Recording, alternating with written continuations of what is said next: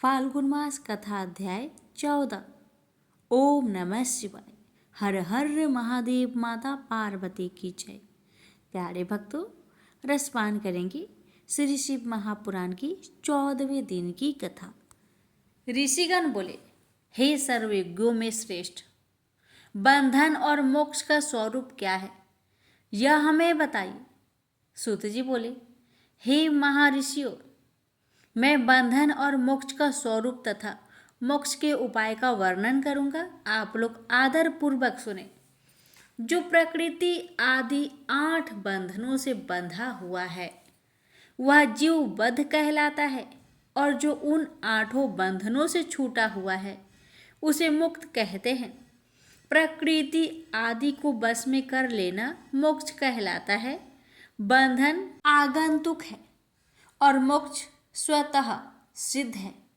बद्ध जीव जब बंधन से मुक्त हो जाता है तब उसे मुक्त जीव कहते हैं। प्रकृति, बुद्धि, महत्त्व, त्रिगुणात्मक अहंकार और 5 तंत्र मात्राएं, इन्हें ज्ञानी पुरुष प्रकृति घटक मानते हैं। प्रकृति आदि 8 तत्वों के समूहों से देह की उत्पत्ति हुई है। देह से कर्म उत्पन्न होता है और फिर कर्म से नूतन देह की उत्पत्ति होती है। इस प्रकार बार बार जन्म और कर्म होते रहते हैं। शरीर को स्थूल, सूक्ष्म और कारण के भेद से 3 प्रकार का जानना चाहिए। स्थूल शरीर जागृत अवस्था में व्यापार कराने वाला, सूक्ष्म शरीर जागृत और स्वप्न अवस्था में इंद्रिय भोग प्रदान करने वाला, तथा कारण शरीर सुषुप्ताव अवस्था में आत्मानंदी की अनुभूति कराने वाला कहा गया है। जीव को उसे पारबंध कर्म अनुसार सुख दुख प्राप्त होते हैं। वह अपने पुण्य कर्मों के फलस्वरूप सुख और पापों के फलस्वरूप दुख प्राप्त करता है। अतः कर्म पाश से बंधा हुआ जीव अपने त्रिविध शरीर से होने वाले शुभाशुभ कर्मों द्वारा सदा चक्र की भांति बार बार घुमाया जाता है। इस चक्रवत ब्राह्मण की निवृत्ति के लिए चक्रकर्ता सत्वन एवं आराधन करना चाहिए। प्रकृति आदि जो 8 पाश बताए गए हैं उनका समुदाय ही महाचक्र है, और जो प्रकृति से परे है वह परमात्मा शिव है। भगवान महेश्वर की प्रकृति आदि महाचक्र के कर्ता हैं, क्योंकि वह प्रकृति से परे है। जैसे बकायन नामक वृक्ष का थाला जल को पीता और उगलता है, उसी प्रकार शिव प्रकृति आदि को अपने बस में करके उस पर शासन करते हैं। उन्होंने सबको बस में कर लिया है, इसलिए वे शिव कहे गए हैं। शिव ही सर्वज्ञ, परिपूर्ण तथा निष्प्रिय है।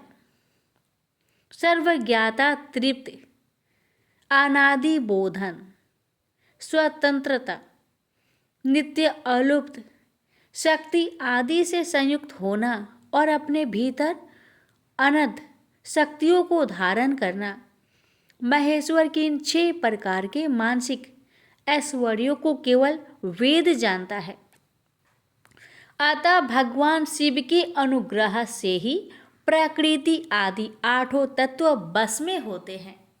भगवान शिव का कृपा प्रसाद प्राप्त करने के लिए उन्हीं का पूजन करना चाहिए।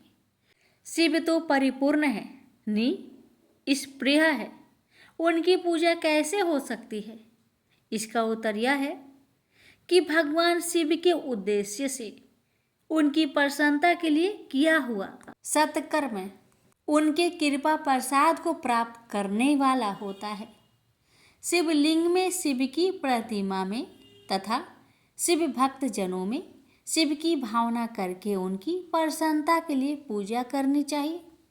वह पूजन शरीर से, मन से, वाणी से और धन से भी किया जा सकता है। उस पूजा से प्रकृति से पड़े महेश्वर पूजक पर विशेष कृपा करते हैं, यह सत्य है। शिव की कृपा से कर्म आदि सभी बंधन अपने वश में हो जाते हैं। कर्म से लेकर प्रकृति प्रयत्न सब कुछ जब वश में हो जाता है तब वह जीव मुक्त कहलाता है और सब आत्मा राम स्वरूप से विराजमान होता है। परमेश्वर शिव की कृपा से जब कर्म जनित शरीर अपने वश में हो जाता है तब भगवान शिव के लोक में निवास प्राप्त होता है। इसी को सालोक्य मुक्ति कहते हैं। जब तंत्र मात्राएं वश में हो जाती है तब जीव जगदम्बा सहित शिव का सामीप्य प्राप्त कर लेता है। यह सामीप्य मुक्ति है। उसके आयुध आदि और क्रिया आदि सब कुछ भगवान शिव के समान हो जाते हैं। भगवान का महाप्रसाद प्राप्त होने पर बुद्धि भी वश में हो जाती है। वृद्धि प्रकृति का कार्य है, उसका वश में होना साष्टी मुक्ति कही गई है। पुनः भगवान का महान अनुग्रह प्राप्त होने पर प्रकृति वश में हो जाएगी। उस समय भगवान शिव का मानसिक ऐश्वर्य बिना यत्न के ही प्राप्त हो जाएगा। सर्वज्ञाता आदि जो शिव के ऐश्वर्य हैं उन्हें पाकर मुक्त पुरुष अपनी आत्मा में ही विराजमान होता है। वेद और शास्त्रों में विश्वास रखने वाले विद्वान पुरुष इसी को सायुज्य मुक्ति कहते हैं। इस प्रकार लिंग आदि में शिव की पूजा करने से क्रमशः मुक्ति स्वतः प्राप्त हो जाती है। इसलिए शिव का कृपा प्रसाद प्राप्त करने के लिए संबंधी क्रिया आदि के द्वारा उन्हीं का पूजन करना चाहिए। शिव क्रिया, शिव तव, शिव मंत्र जप, शिव ज्ञान और शिव ध्यान के लिए सदा उत्तरोत्तर अभ्यास बढ़ाना चाहिए। प्रतिदिन प्रातः काल से रात को सोते समय तक और जन्म काल से लेकर मृत्यु प्रयत्न सारा समय भगवान शिव के चिंतन में ही बिताना चाहिए। सधो जाति आदि मंत्र तथा नाना प्रकार के पुष्पों से जो शिव की पूजा करता है वह शिव को ही प्राप्त होता है। ऋषिगण बोले, हे सुब्रत, अब आप लिंग आदि में शिव जी की पूजा का विधान बतलाइए। सूत जी बोले, हे द्विजो, मैं लिंगों के क्रम का यथावत वर्णन कर रहा हूँ, आप लोग सुनिए। वह प्रणव ही समस्त अभीष्ट वस्तुओं को देने वाला प्रथम लिंग है। उसे सूक्ष्म प्रणव रूप समझिए। सूक्ष्म लिंग निष्कल होता है और स्थूल लिंग सकल।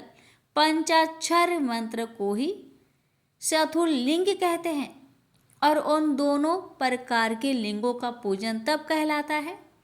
वे दोनों ही लिंग साक्षात मोक्ष देने वाले हैं। पुरुष लिंग और प्रकृति लिंग के रूप में बहुत से लिंग हैं। उन्हें भगवान शिव ही विस्तार पूर्वक बता सकते हैं, दूसरा कोई नहीं जानता। पृथ्वी के विकारभूत जो जो लिंग ज्ञात है उनको मैं आप लोगों को बता रहा हूँ। उनमें प्रथम स्वयंभू लिंग, दूसरा बिंदु लिंग, तीसरा प्रतिष्ठित लिंग, चौथा चर लिंग और पांचवा गुरु लिंग है। देव ऋषियों की तपस्या से संतुष्ट होकर उनके समीप प्रकट होने के लिए पृथ्वी के अंतर्गत बीज रूप से व्याप्त हुए भगवान शिव वृक्षों के अंकुरित भांति भूमि को भेद कर नादलिंग रूप में व्याप्त हो जाते हैं। वे स्वतः व्यक्त हुए शिव ही स्वयं प्रकट होने के कारण स्वयंभू नाम धारण करते हैं। ज्ञानी जन उन्हें स्वयंभू लिंग के रूप में जानते हैं। उस स्वयंभू लिंग की पूजा से उपासक का ज्ञान स्वयं ही बढ़ने लगता है। सोने चांदी आदि के पत्र पर, भूमि पर अथवा वेदी पर अपने हाथों से लिखित जो शुद्ध प्रणव मंत्र रूप लिंग है उसमें तथा यंत्र लिंग का आलेखन करके उसमें भगवान शिव की प्रतिष्ठा और आह्वान करें। ऐसा बिंदु नादमय लिंग अस्थावर और जंगम दोनों ही प्रकार का होता है, जिसमें शिव का दर्शन भावनामय ही है। इसमें संदेह नहीं है। जिसको जहाँ भगवान शंकर के प्रकट होने का विश्वास हो, उसके लिए वहीं प्रकट होकर वे अभिष्ट फल प्रदान करते हैं। अपने हाथ से लिखे हुए मंत्र में अथवा अकृत्रिम अस्थावर आदि में भगवान शिव का आह्वान करके 16 उपचारों से उनकी पूजा करें। ऐसा करने से साधक स्वयं ही ऐश्वर्य को प्राप्त कर लेता है और इस साधन के अभ्यास से उसको ज्ञान भी प्राप्त हो जाता है।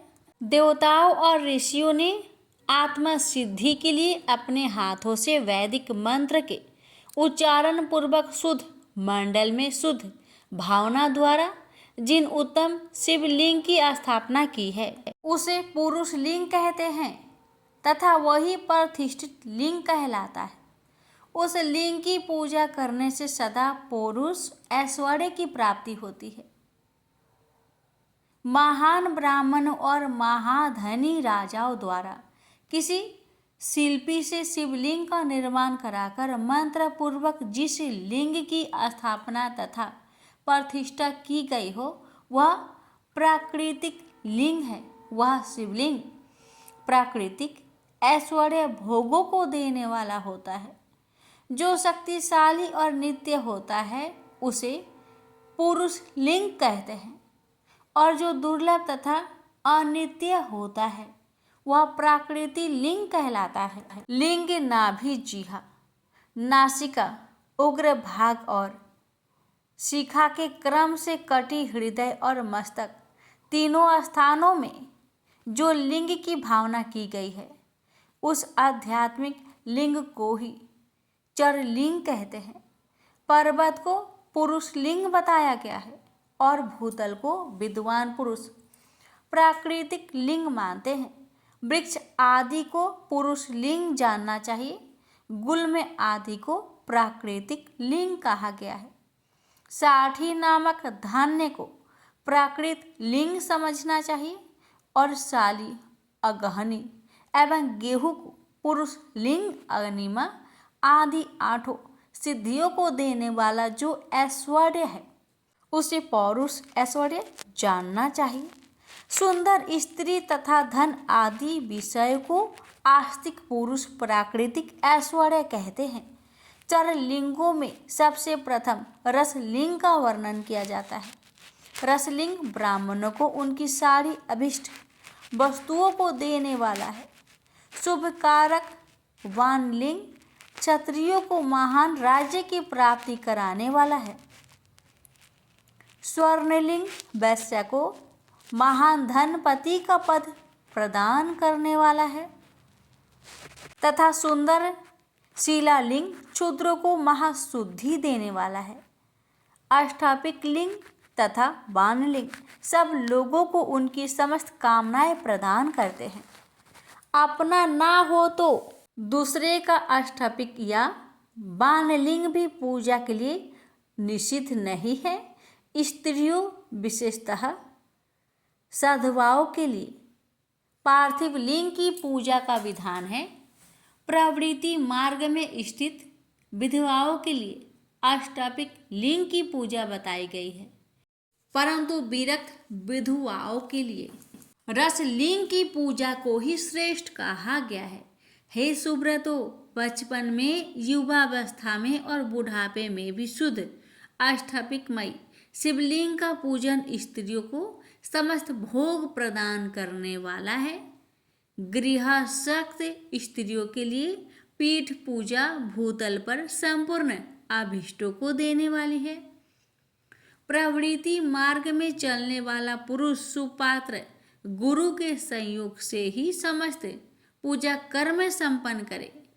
इष्ट देव का अभिषेक करने के पश्चात अगहनी के चावल से बने हुए खीर आदि पकवानों द्वारा नैवेद्य अर्पण करे। पूजा के अंत में शिवलिंग को पधार कर घर के भीतर पृथक संपुट में स्थापित करे। जो निवृत्ति मार्गी पुरुष है उनके लिए हाथ पर ही शिवलिंग पूजा का विधान है। उन्हें भिक्षा आदि से प्राप्त हुए अपने भोजन को ही नैवेद्य रूप में निवेदित करना चाहिए। निवृत्त पुरुष के लिए सूक्ष्म लिंग ही श्रेष्ठ बताया जाता है। वे विभूति के द्वारा पूजन करें और विभूति को ही नैवेद्य रूप से निवेदित भी करें। पूजा करके उस लिंग को सदा अपने मस्तक पर धारण करें।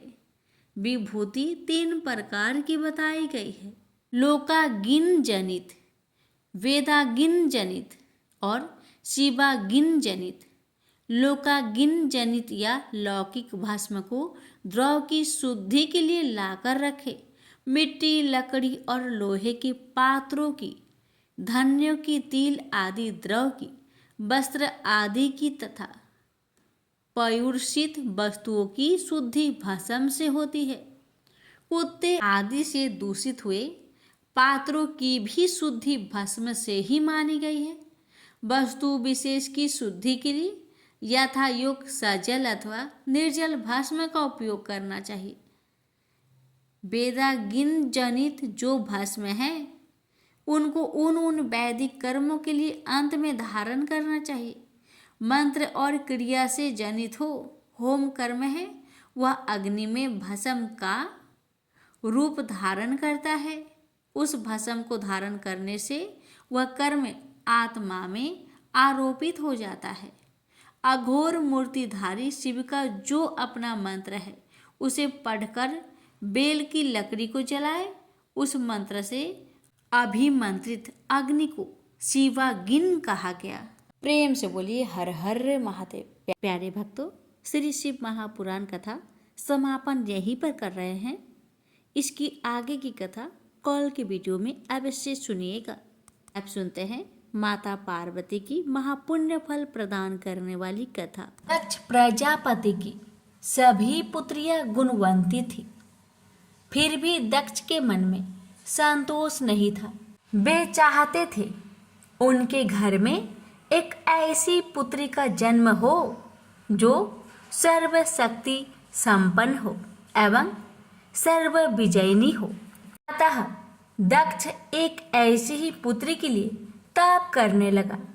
तप करते करते अधिक दिन बीत गए तो भगवती आद्य ने प्रकट होकर कहा, मैं तुम्हारे तप से प्रसन्न हूँ।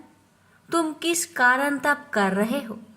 दक्ष ने तप करने का कारण बताया तो माँ बोली, मैं स्वयं पुत्री के रूप में तुम्हारे यहाँ जन्म धारण करूंगी। मेरा नाम सती होगा।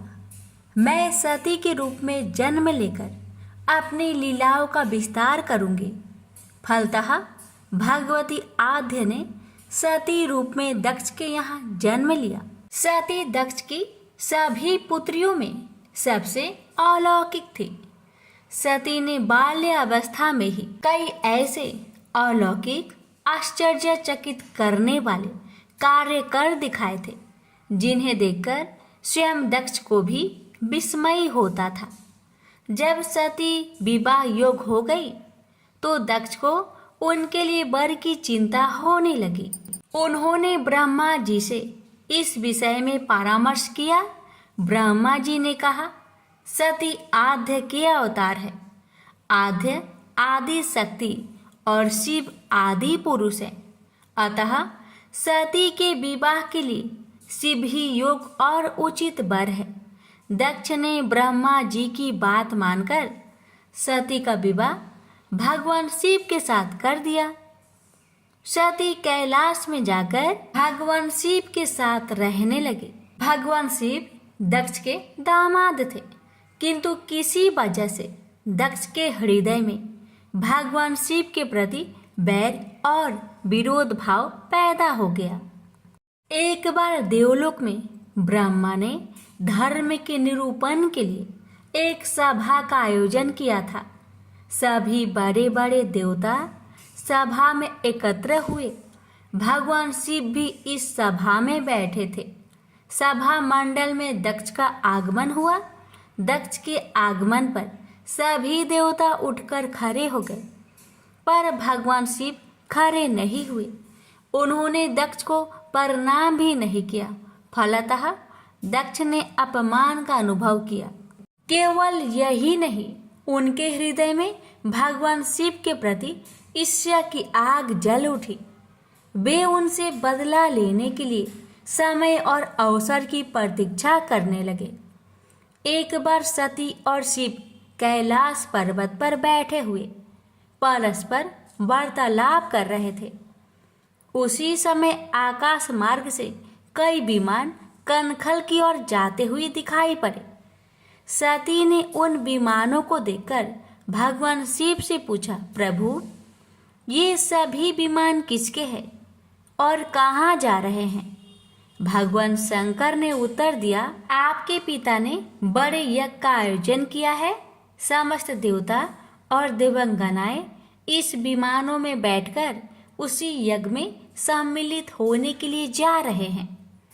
इस पर सती ने दूसरा प्रश्न किया, क्या मेरे पिता ने आपको यज्ञ में सम्मिलित होने के लिए नहीं बुलाया? भगवान शंकर ने उत्तर दिया, आपके पिता मुझसे बैर रखते हैं, फिर वो मुझे क्यों बुलाने लगे? सती मन ही मन सोचने लगी, फिर बोली, यज्ञ के इस अवसर पर अवश्य मेरी सभी बहनें आएंगी। उनसे मिले हुए बहुत दिन हो गए। यदि आपकी अनुमति हो तो मैं भी अपने पिता के घर जाना चाहती हूँ। यज्ञ में सम्मिलित हो लूंगी और बहनों से भी मिलने का सुअवसर मिलेगा। भगवान शिव ने उत्तर दिया, इस समय वहां जाना उचित नहीं होगा। आपके पिता मुझसे बैर रखते हैं। हो सकता है वे आपका भी अपमान करे। बिना बुलाए किसी के घर जाना उचित नहीं होता है। इस पर सती ने प्रश्न किया, ऐसा क्यों? भगवान शिव ने उत्तर दिया, विवाहित लड़की को बिना बुलाए पिता के घर नहीं जाना चाहिए, क्योंकि विवाह हो जाने पर लड़की अपने पति की हो जाती है। पिता के घर से उसका संबंध टूट जाता है। लेकिन सती पीहर जाने के लिए हठ करती रही, अपनी बात बार बार दोहराती रही। उनकी इच्छा देखकर भगवान शिव ने पीहर जाने की अनुमति दे दी। उनके साथ अपना एक गण भी साथ में भेज दिया। उस गण का नाम वीरभद्र था। सती वीरभद्र के साथ अपने पिता के घर गई। घर में सती से किसी ने भी प्रेम पूर्वक वार्तालाप नहीं किया। दक्ष ने उन्हें देखकर कहा, तुम क्या यहाँ मेरे अपमान कराने आई हो? अपनी बहनों को तो देखो, वे किस प्रकार भांति भांति के अलंकारों और सुंदर वस्त्रों से सुसज्जित है। तुम्हारे शरीर पर मात्र बाघंबर है। तुम्हारा पति शमशानवासी और भूतों का नायक है। वह तुम्हें बाघंबर छोड़कर और पहना ही क्या सकता है? दक्ष के कथन से सती के हृदय में पश्चाताप का सागर उमड़ पड़ा। वे सोचने लगी, उन्होंने यहाँ आकर अच्छा नहीं किया। भगवान ठीक ही कह रहे थे, बिना बुलाए पिता के घर में भी नहीं जाना चाहिए। पर अब क्या हो सकता है? अब तो आ ही गई हूँ। पिता के कटु और अपमानजनक शब्द सुनकर भी सती मौन रही। वे उस यज्ञ मंडल में गई जहाँ सभी देवता और ऋषि मुनि बैठे थे तथा यज्ञ कुंड में धू धू करती जलती हुई अग्नि में आहुतियाँ डाली जा रही थी। सती ने यज्ञ मंडप में सभी देवताओं के तो भाग देखे, किंतु भगवान शिव का भाग नहीं देखा। वे भगवान शिव का भाग ना देखकर अपने पिता से बोली, पिता श्रेष्ठ, यज्ञ में तो सबके भाग दिखाई पड़ रहे हैं, किंतु कैलाशपति का भाग नहीं है। आपने उनका भाग क्यों नहीं रखा? दक्ष ने गर्व से उत्तर दिया, मैं तुम्हारे पति शिव को देवता नहीं समझता। वह तो भूतों का स्वामी, नग्न रहने वाला और हड्डियों की माला धारण करने वाला है। वह देवताओं की पंक्ति में बैठने योग्य नहीं है। उसे कौन भाग देगा? सती के नेत्र लाल हो उठे। उनका मुखमंडल प्रलय की सूर्य की भांति तेजोदीप्त हो उठा। उन्होंने पीड़ा से तिल मिलाते हुए कहा, ओ, मैं इन शब्दों को कैसे सुन रही हूँ? मुझे धिक्कार है। देवताओं, तुम्हें भी धिक्कार है। तुम भी उन कैलाशपति के लिए इन शब्दों को कैसे सुन रहे हो, जो मंगल के प्रतीक है और जो क्षण मात्र में संपूर्ण सृष्टि को नष्ट करने की शक्ति रखते हैं। वे मेरे स्वामी हैं। नारी के लिए उसका पति ही स्वर्ग होता है। जो नारी अपने पति के लिए अपमानजनक शब्द को सुनती है, उसे नरक में जाना पड़ता है। पृथ्वी सुनो, आकाश सुनो और देवताओं तुम भी सुनो। मेरे पिता ने मेरे स्वामी का अपमान किया है। मैं अब एक क्षण भी जीवित रहना नहीं चाहती। सती अपने कथन को समाप्त करती हुई यज्ञ के कुंड में कूद पड़ी। जलती हुई आहुतियों के साथ उनका शरीर भी जलने लगा। यज्ञ मंडप में खलबली पैदा हो गई। हाहाकार मच गया। देवता उठकर खड़े हो गए। वीरभद्र क्रोध से कांप उठे। वे उछल उछल कर यज्ञ का विध्वंस करने लगे। यज्ञ मंडप में भगदड़ मच गई। देवता और ऋषि मुनि भाग खड़े हुए। वीरभद्र ने देखते ही देखते दक्ष का मस्तक काट कर फेंक दिया। समाचार भगवान शिव के कानों में भी पड़ा। वे प्रचंड आंधी की भांति कनखल जा पहुंचे। सती के जले हुए शरीर को देखकर भगवान शिव ने अपने आप को भूल गए। सती के प्रेम और उनकी भक्ति ने शंकर के मन को व्याकुल कर दिया। उन शंकर के मन को व्याकुल कर दिया जिन्होंने काम पर भी विजय प्राप्त की थी और जो सारी सृष्टि को नष्ट करने की क्षमता रखते थे। वे सती के प्रेम में खो गए, बेसुध हो गए। भगवान शिव ने उन्मत्त की भांति सती के जले हुए शरीर को कंधे पर रख लिया। वे सभी दिशाओं में भ्रमण करने लगे। शिव और सती के इस अलौकिक प्रेम को देखकर पृथ्वी रुक गई, हवा रुक गई, जल का प्रवाह ठहर गया और रुक गई देवताओं की सांसें। सृष्टि व्याकुल हो उठी। सृष्टि के प्राणी पुकारने लगे, त्राहि माम, त्राहि माम। भयंकर संकट उपस्थित देखकर सृष्टि के पालक भगवान विष्णु आगे बढ़े। वे भगवान शिव की बेसुधी में अपने चक्र से सती के एक एक अंग को काट काट कर गिराने लगे। धरती पर 51 स्थानों में सती के अंग कट कट कर गिरे। जब सती के सारे अंग कट कर गिर गए तो भगवान शिव पुनः अपने आप में आए। जब वे अपने आप में आए तो पुनः सृष्टि के सारे कार्य चलने लगे। धरती पर जिन 51 स्थानों में सती के अंग कट कट कर गिरे थे, वे ही स्थान आज शक्तिपीठ माने जाते हैं। आज भी उन स्थानों में सती का पूजन होता है, उपासना होती है। धन्य था शिव और सती का प्रेम। शिव और सती के प्रेम में उन्हें अमर और वंदनीय बना दिया। प्रेम से बोलिए सती मैया की जय। सुनेंगे माँ पार्वती के रूप में जन्म की कथा। बाद में सती की विरह में शंकर जी दयनीय दशा हो गई। वे हर पल सती का ही ध्यान करते रहते और उन्हीं ही चर्चा में व्यस्त रहते। उधर सती ने भी शरीर का त्याग करते समय संकल्प किया था कि मैं राजा हिमालय के यहाँ जन्म लेकर शंकर जी की अर्धांगिनी बनूं। अब जगदम्बा का संकल्प व्यर्थ होने से तो रहा।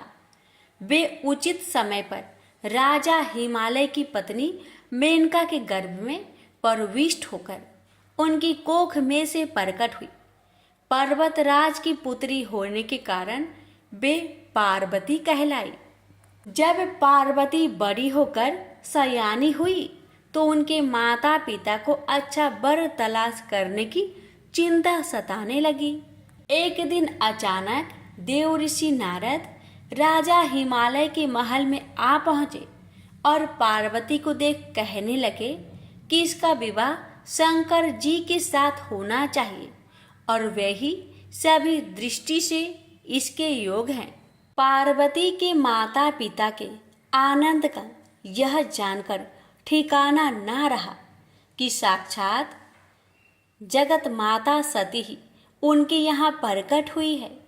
वे मन ही मन भाग्य को सहराने लगे। एक दिन अचानक भगवान शंकर सती की बिरा में घूमते घूमते उसी प्रदेश में जा पहुँचे और पास के ही स्थान गंगा उत्तरन में तपस्या करने लगे। जब हिमालय को इसकी जानकारी मिली तो वे पार्वती को लेकर शिवजी के पास गए। वहां राजा ने शिवजी से विनम्रता पूर्वक अपनी पुत्री को सेवा में ग्रहण करने की प्रार्थना की। शिवजी ने पहले तो आनाकानी की, किंतु पार्वती की भक्ति देखकर वे उनका आग्रह न टाल सके। शिवजी से अनुमति मिलने के बाद तो पार्वती प्रतिदिन अपनी सखियों को साथ ले उनकी सेवा करने लगी। पार्वती हमेशा इस बात का सदा ध्यान रखती थी कि शिवजी को किसी भी प्रकार का कष्ट ना हो। वे हमेशा उनके चरण धोकर चरणोदक ग्रहण करती और षोडशोपचार से पूजा करती। इसी तरह पार्वती को भगवान शंकर की सेवा करते दीर्घ समय व्यतीत हो गया, किंतु पार्वती जैसी सुंदर बला से इस प्रकार एकांत में सेवा लेते रहने पर भी शंकर के मन में कभी विकार नहीं हुआ। वे सदा अपनी समाधि में ही निश्चल रहते।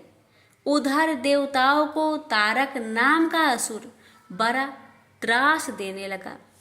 यह जानकर कि शिव के पुत्र से ही तारक की मृत्यु हो सकती है, सभी देवता शिव पार्वती का विवाह कराने की चेष्टा करने लगे।